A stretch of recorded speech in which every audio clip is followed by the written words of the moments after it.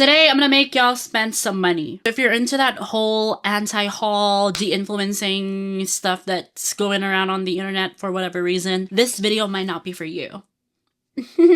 Hi, it's Zen, and I'm gonna be giving you guys the best and the only summer fragrances that you need. And this video is not gonna be like one of those perfume YouTubers that's like, oh, this is discontinued, you can't find this anywhere, sorry. The perfumes that I'm gonna be sharing is widely, like, findable, if that's even a word. Before we start, please let me know what perfume you're currently obsessed with. Put them in the comments down below. I'm curious, and who knows, I might want to try them. I am going to be sharing 7 fragrances for this video, so let's start. Number 7 on the list is Chanel Chance Eau Fraiche. And yes, I said that with a French accent. This thing smells like pine trees. It smells cold, if you know what I'm saying. But the thing is, it also contains that Chanel DNA. So if you've already tried the original Chanel Chance, it smells the same, but just a bit more fresh. This one lasts, by the way. Like, I remember wearing this, and when I was doing my laundry, I could still smell this. I'm gonna give you guys the notes for this one on Fragrantica. So the top notes would be lemon cedar and citron. Middle notes is water hyacinth, pink pepper, jasmine. Base notes are white musk, patchouli, vetiver, teakwood, iris, and amber. And yeah, I do agree, the cedar on this one is so prominent. It literally smells like pine. It's so fresh. I do wear this on daytime. So yeah, that's number 7, Chanel Chance Eau Fraiche. Next on the list is a newer favorite for me. I recently just got this, I think like November last year. And I got this in store, and you can actually customize Le Labo fragrances. Hello. If you want a woody summer fragrance, this is the perfume for you, honey. This perfume actually smells a little bit similar to Gris Charnel from BDK, but this one's far more heavier on the woodsy side, and also it smells like matcha. But I would say that the matcha is not really like the most prominent. Longevity for this one is not as strong as the Santal 33. This one's a bit weaker than that. When I say weaker, I don't say like it doesn't last. Like, this thing still lasts. It's just not as strong as the Santal 33. But what this smells like is it's also like a bit piney and woodsy, but then like add a little bit of matcha to it. So it's like a little bit of a tea with woods and stuff.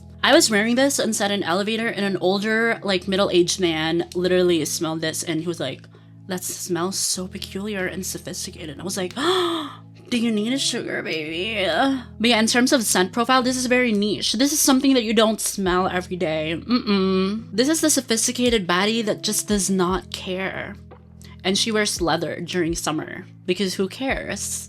Really quickly, I'm gonna read you guys the notes from Fragrantica. It just says it's fig, cedar, matcha tea, bitter orange, and vetiver. So yeah, the composition of this is super simple, but that makes it special. Moving on to our 5th placer, it's gonna be Valentino Donna Born in Roma. This is for my girlies who are addicted to florally, vanilla-ish scents, that you just can't stop wearing vanilla even though it's summer. This is bearable in the summer heat. Period. It's still a little bit cloying, but not too cloying enough to wear it in summer, if you know what I mean. To better describe the scent, I would say that this was the girl in high school that everybody thought was mean. She always had lotion and Bath & Body Works or Victoria's Secret perfume on her bag, but now she's in the corporate world. This is she.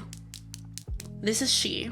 And you know, girlies got your back, no matter what. But yeah, this smells like cotton candy, but not in a harsh way. I'm gonna read you guys the notes so that you further understand what I'm saying, and also for the technical baddies out there that's like, give us the notes. I don't look at notes, honestly, but I'm gonna give you all the notes. So top notes are black currant, pink pepper, bergamot. Middle notes are jasmine, jasmine sandbag, and jasmine tea, and that's a lot of jasmine. Base notes are bourbon vanilla, cashmere, and gaiac wood. The black currant and the pink pepper actually is really prominent during the initial spray. But then when it sets, girl, when it sets, it turns to this perfect vanilla sugary scent that becomes a bit light and bearable because of the jasmine tea note, and it's just perfect for summer. Longevity on this one, I would say, is not that long. So every time I use this, I do carry this around with me to top up. It's not the same level, definitely not the same level as Flower Bomb or Delina, but I don't really wear those two during summer. Who cares? I do wear those two, but they're not on the list, by the way. Disclaimer. Go get her. This is Valentino Donna Born in Roma. I don't know if you actually say it that way, but I just like the accent thing. In our fourth place is actually the perfume that started it all for me. This was my first baddie ever. This is the perfume that got me into perfume to begin with, and it's not even perfume, it's cologne. This is Jo Malone London English Pear and Freesia. I can't tell you guys how many times I've repurchased this perfume over and over again. I think I have like 4 bottles of this already. With Jo Malone fragrances, they don't last as long as typical perfumes because they're colognes. But as far as the scent profile, it's actually super easy. Basically, the name is literally how it smells like. It's English Pear and Freesia. This one is just so light. Like, imagine this girl that's wearing a sundress. She's probably blonde and she's probably wearing Uggs. But yeah, I ain't gonna lie, this smells like a white girl. The girl that goes to like a country club or something on a summer day. To give you guys the notes, the top notes are pear and melon. Middle notes are freesia and rose. Base notes are musk, patchouli, rhubarb, and amber. I must say, I don't really feel the rose on this one, and I also don't feel the amber, but I do smell the musk, especially when it sets. But yeah, this is our fourth fragrance, Jo Malone English Pear and Freesia. Now we're on to our top 3. This one specifically is a recent purchase of mine, and it's a newer favorite. This is Belle Iris Absolu by Lancome. I do have the original variant of this, the Belle, but I did give it to my mom because I feel like it's too much for me. And she actually loves it, and I like smelling it on her. But yeah, what's different for this one is that it's lighter than the original. The original was like punch you in your face type of strong fragrance. But this one's sweeter. It's like a daughter. It's like my mom and me, you know. She has the original and I have the Iris Absolu. But honestly, I feel like the difference between that one and this one is that the scent was dialed down a bit and they added iris.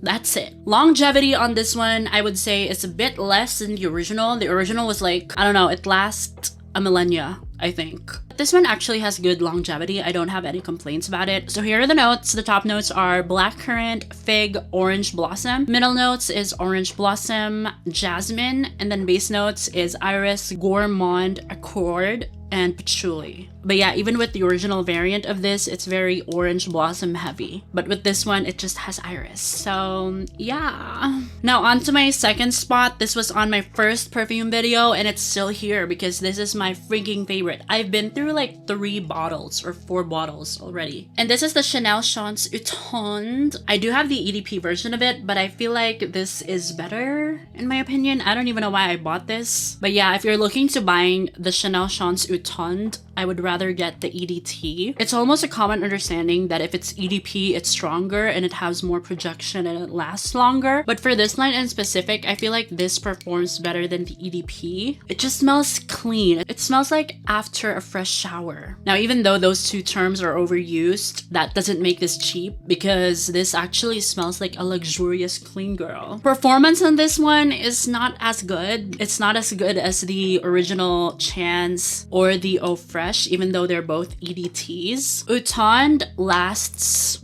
I would say, like 4 hours and you have to respray it. That's why I've been through a lot of this because I overspray this like crazy. And the good thing about this is that you can overspray it. It's not gonna bother anyone. They're just gonna love it. This is a safe buy for me for sure. Now on to our top fragrance. I only discovered this last year because I only got addicted to perfume last year anyway. So yeah.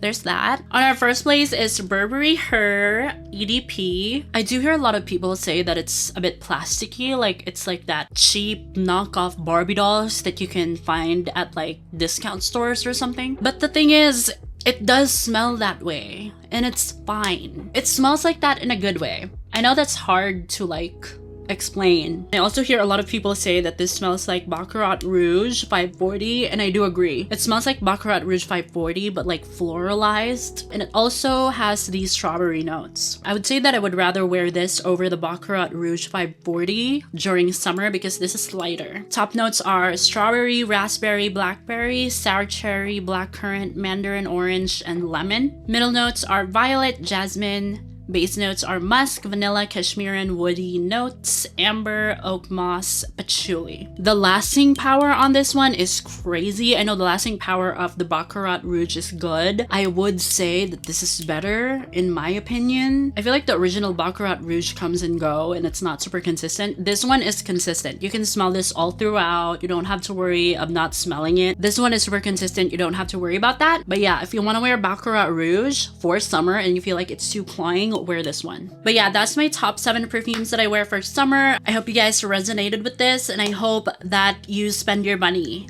on perfumes.